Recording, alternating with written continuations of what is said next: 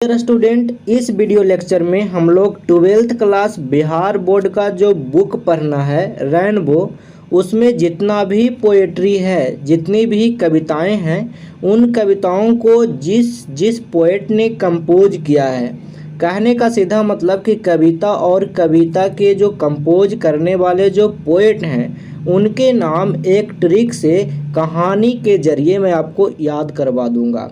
क्योंकि अपने एग्ज़ाम में जो क्वेश्चन आते हैं 5 नंबर के मिलाने वाले आते हैं और 1-2 नंबर के क्वेश्चन ऑब्जेक्टिव में भी पूछे जाते हैं। तो अगर आप ध्यान से इस वीडियो को देखिएगा तो 5 नंबर के क्वेश्चन आप अपने एग्ज़ाम में बिल्कुल आसान तरीके से आप कर सकते हैं। तो चलिए शुरू करते हैं। तो सबसे पहला पोएट्री है sweetest love I do not go, और इस पोएम को लिखा गया है एक मेटाफिजिकल पोएट हैं जॉन डन के द्वारा। अब देखिए इसको कैसे याद रखेंगे हमेशा हमेशा के लिए, तो आप इसको ना एक मेनोमिक से मतलब एक कहानी के माध्यम से आप इसको याद रखेंगे। सबसे पहले यहाँ पे जो स्वीटेस्ट है ना, इसको आप बदल दीजिए। याद करने के लिए आप इसको समझिए, स्वीटी नाम की एक लड़की थी जो एक जॉन नाम के लड़के से प्यार करता था और वो लड़का डॉन था। तो आपको ये याद हो गया ना कि sweetest love I do not go के जो कंपोजर हैं, जो कविता के जो कवि हैं, उनका नाम है जॉन डन। ठीक है। और जब आपको ऑप्शन में आएगा ना, जब आपको मैच करने के लिए आएगा तो आप बहुत आसान से इसे मैच कर लेंगे। तो एक बार और मैं आपको जिक्र कर देता हूँ। स्वीटी नाम की लड़की है जो एक जॉन नाम के लड़के से प्यार करता है और वो लड़का डॉन है शहर का। तो आपको याद हो गया, sweetest love I do not go का जो पोएट हैं उनका नाम है जॉन डन। चलिए अब दूसरा हमारा कविता है सॉन्ग ऑफ माई सेल्फ। इसके जो राइटर हैं उनका नाम है वाल्ट विटमैन। अब देखिए इसको कैसे याद रखेंगे, तो देखिए इसको याद करने का तरीका बताता हूँ। सॉन्ग ऑफ माई सेल्फ मतलब अपनों का गीत, अपना गीत, ऐसे आप समझिए। तो जब कोई भी गीत गाएगा, या फिर ऐसे समझिए कि ये जो लड़की थी ना स्वीटी, यही गीत गा रही थी, अपना गीत गा रही थी। तो ये किसके साथ गाएगी? अपने बॉयफ्रेंड के साथ, या फिर आप कहें तो एक आदमी के साथ गाएगी। यहाँ पे तो बीटमैन नहीं लिखा हुआ है, लेकिन याद करने के लिए आप इसको बीटमैन को आप बीटमैन समझेंगे, मतलब आप ऐसे याद रखेंगे। और जब आपको मैचिंग के लिए आएगा तो आप इससे आप अंदाज़ा लगा के आप मैच कर लेंगे। तो आपको ऐसे याद रखना है कि जो स्वीटी नाम की लड़की थी वो गाना गाई थी एक आदमी के साथ, बीटमैन के साथ, है ना। तो ये आपका दूसरा याद हो गया। तीसरा आपका जो पोएम है, उस पोएम का नाम है now the leaves are falling fast, और इसके जो राइटर हैं उनका नाम है W.H. ऑडन। अब इसको कैसे याद रखेंगे, तो देखिएगा समझिएगा। Now the leaves are falling fast, इसका मतलब हुआ कि अब पेड़ की जो पत्तियां हैं ना, वो तेज़ी से झड़ रही है, तेज़ी से गिर रही है। तो आप ऐसे याद करिए इसको कि एक छोटी सी लड़की थी। अब यहाँ पे स्वीटी नाम की लड़की नहीं है, बड़ी सी, या फिर आप समझ लीजिए कोई भी एक लड़की थी, वो पेड़ के पास बैठी थी, है ना। और जब पेड़ की पत्तियाँ तेज़ी से गिर रही थी, हवाएं चल रही थी तेज़ी से, तो वहाँ पे उसके माइंड में बार बार प्रश्न आ रहा था कि पेड़ की पत्तियाँ क्यों गिर रही है, कहाँ गिर रही है, कैसे गिर रही है ना। तो WH क्वेश्चन उसके माइंड में आ रहा था, क्यों, कैसे, कहाँ, है ना। आप ऐसे समझिए, जब पेड़ की पत्तियाँ तेज़ी से गिर रही थी तो उस छोटी सी बच्ची के माइंड में WH क्वेश्चन बन रहा था कि कहाँ गिरा, कैसे गिरा, क्यों गिरा, मतलब वाट, वाई, वेन, ये सब। तो आप ऐसे एक दूसरे से रिलेट करके याद रख सकते हैं कि now the leaves are falling fast के जो पोएट का नाम है वो है W.H. ऑडन। चलिए आपको नेक्स्ट याद करवाता हूँ। यहाँ पे है टू ऑटम। ऑटम का मतलब होता है पतझड़, है ना। तो इसको कैसे याद रखिएगा, इसके जो पोएट का नाम है उनका नाम है जॉन कीट्स। तो अब देखिए ऐसे आपको याद रखना है, ऑटम के सीजन में, पतझड़ के सीजन में कीट पतंग जो कीट पतंग होते हैं ना, जो कभी हमारे भोजन में, खाने पीने में, जैसे ऐसे मान लीजिए कहीं पे शादी हो रहा है तो वहाँ पे बहुत तरह के सब्जियाँ बनेगी, मिठाइयाँ बनेगी, बहुत सारे व्यंजन बनेंगे। और वो शादी ऑटम में हो रहा है ना, पतझड़ के महीनों में हो रहा है, बसंत ऋतु के समय पतझड़ होता है, बहुत सुहावना मौसम होता है, तो उस समय शादी हो रहा है तो वहाँ पे कीट पतंग आ गए हैं। तो आप ऑटम को रिलेट करिएगा कीट पतंग से, है ना। तो आपको याद रखना है कि ऑटम, टू ऑटम के जो पोएट का नाम है वो है जॉन कीट्स, या फिर आप ऐसे भी याद रख सकते हैं कि जो जॉन ये लड़का था ना और ये सुविटी नाम की जो लड़की थी, एक दूसरे से प्यार करती थी। तो आप ऐसे याद रखिए, एक लिंक जोड़ लीजिए कि इसी जॉन का शादी हो रहा है, और वो शादी हो रहा है किसमें, ऑटम सीजन में, पतझड़ के महीनों में, और उस शादी में बहुत सारी सब्जियां बनी है, उसमें कीट पतंगे आ गई है। तो ऐसे आप रिलेट करके याद करिए। ऐसे तो मैं क्लास में एक स्टोरी के माध्यम से इसको याद करवाता हूँ, बट यहाँ पे यूट्यूब पे वो अच्छा नहीं होगा, ठीक है, इसलिए मैं आपको ऐसे याद करवा रहा हूँ। वहाँ पे मैं एक प्यार वाली कहानी सुनाता हूँ, बट यहाँ पे मैं अच्छा नहीं समझ रहा हूँ, तो आपको जो भी मैं समझा रहा हूँ ना उससे आप याद रखिए। अगला है यहाँ पे, अगला याद रखना है एन एपिटाफ। इसके जो पोएट का नाम है वो नाम है वाल्टर डी ला मेयर। देखिए इसको कैसे याद रखेंगे, तो सबसे पहले आप ये शब्द को याद रखिए, क्योंकि ये शब्द भी आपके एग्जाम में ज़रूर पूछा जाएगा कि एपिटाफ क्या होता है। तो एपिटाफ होता है जब कोई आदमी की मृत्यु हो जाती है और वहाँ उनको कब्रिस्तान में या कहीं पे दफनाया जाता है, तो उनके जहाँ पे दफनाया जाता है वहाँ पे एक पत्थर रख दिया जाता है और उस पत्थर पे 2, 3, 4 लाइन लिख दी जाती है उस पर्सन के बारे में, जिनका डेथ हुआ है, जिनकी मृत्यु हुआ है, उनके बारे में 2-4 बातें लिखी होती है, तो उसको हम बोलते हैं एपिटाफ, है ना।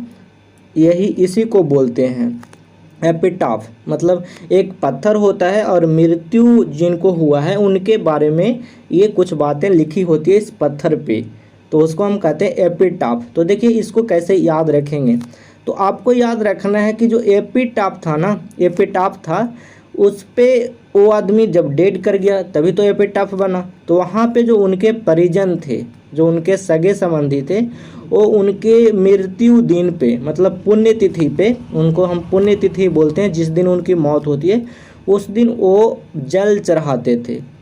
याद रखिए, कैसे भी याद करना है ना, तो बाल्टर को आप इसको टोर मरोड़ के अपने माइंड में बना लीजिए बाटर, और ऐसे याद रखिए कि उस एपिटाफ पे ये जल चढ़ाते थे, है ना, बाटर को उसको अर्पित करते थे उस मरे हुए आत्मा को, ठीक है। तो आप ऐसे करके याद रखिए। चलिए मैं आपको नेक्स्ट सिखाता हूँ, मतलब नेक्स्ट याद रखने की बात बताता हूँ। अगर आप इस वीडियो को ध्यान से देखें और बातों को समझ गए और 1-2 बार अपने से इस कहानी को या फिर इस मेथड को अपने मन में अपने आप इसको कर लिए, तो आपको मैं पक्का बताता हूँ याद हो जाएगा। देखिए अगला है द सोल्जर। सोल्जर का मतलब होता है सैनिक। अब इसके जो पोएट का नाम है वो है रूपर्ट ब्रूक, है ना, इनके पोएट का नाम है रूपर्ट ब्रूक। अब इसको कैसे याद रखेंगे, पहले तो यहाँ पे जो लिखा हुआ है ब्रूक, इसको आप टोर मरोड़ के बुक कर लीजिए, पुस्तक, किताब, है ना। तो आप ऐसे याद रखिए कि एक सैनिक था। सैनिक क्या होता है, सैनिक बहुत ही वफादार और बहुत ही मजबूत होता है, पावरफुल होता है। हम अपने भारतीय सैनिक की बात करें तो यहाँ पे जो सोल्जर है ना, आप ऐसे याद रखिए कि एक सैनिक था, वो कोई किताब पढ़ रहा था, कोई पुस्तक पढ़ रहा था, कोई बुक को पढ़ रहा था। तो आप ऐसे एक दूसरे से लिंक करके याद रखना पड़ेगा कि एक सैनिक था, एक सोल्जर था जो कि एक किताब को पढ़ रहा था। तो आप ऐसे याद रखिए 10 सोल्जर के जो पोएट का नाम है वो है रूपर्ट ब्रूक, है ना। अगली बात, अगला याद रखना है मकाविटी, ये बिल्ली का नाम है, और द मिस्ट्री कैट। अब देखिए Macavity, the mystery cat, mystery cat का मतलब होता है चमत्कारिक बिल्ली, रहस्यमय बिल्ली, एक ऐसी बिल्ली जो चमत्कार दिखाती हो, रहस्यमय, उसमें कोई रहस्य हो, है ना, मिस्ट्री उसी को बोलते हैं। तो कहता है द मकाविटी मिस्ट्री कैट, और इसके जो पोएट का नाम है वो है टी.एस. इलियट, है ना। तो अब इसको कैसे याद रखेंगे, तो देखो यहाँ पे ना आप ध्यान से सुनना, ये जो बिल्ली है ना बहुत ही ज़्यादा मिस्ट्री है, बहुत ही ज़्यादा चमत्कारी है। इसका मतलब ये है कि ये बिल्ली काफ़ी इंटेलिजेंट होगी, काफ़ी समझदार होगी। तो आप ऐसे याद रखिए, इसको ना टी.एस. इलियट है ना, इसको आप टॉयलेट कर लीजिए।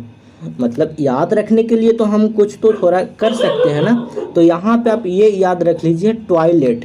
तो आप ऐसे याद रख लीजिए कि जो बिल्ली है ना इतनी ज़्यादा समझदार है कि वो खुद से टॉयलेट जा सकती है।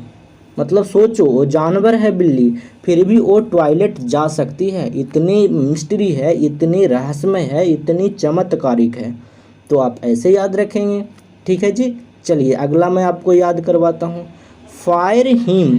फायर हिम का मतलब है यहाँ पे मैं आपको याद करवाने के लिए बता रहा हूँ कि अग्नि देवता, इसको याद कर लीजिए, मतलब इसका मतलब समझ लीजिए। ऐसे तो फायर हिम का मतलब है आग के जो देवता है ना उनके लिए हम कोई सॉन्ग गाते हैं तो उसको हम बोलते हैं फायर हिम। लेकिन आपको यहाँ पे ऐसे याद रखना है कि फायर हिम है अग्नि देवता, अग्नि देव याद रख लीजिए। तो अग्नि देवता से हमने मन्नत मांगा था कि अग्नि देव ऐसा अगर जॉब लग जाएगा तो मैं आपको दारू वाला बोतल आप पे चढ़ाऊँगा, है ना। होता है ना कि जब हम किसी देवता से, किसी भगवान से मन्नत मांगते हैं तो हमारी इच्छाएं जब पूरी हो जाती है तो हम उनको कुछ चढ़ावा देते हैं। तो आप ऐसे याद रखिए कि जो फायर हिम है ना, अग्नि जो देवता हैं, उन पे दारू वाला बोतल का चढ़ावा दिया गया है, ऐसे याद रखना है। चलिए अगला याद रखना है, स्नेक का मतलब है सांप।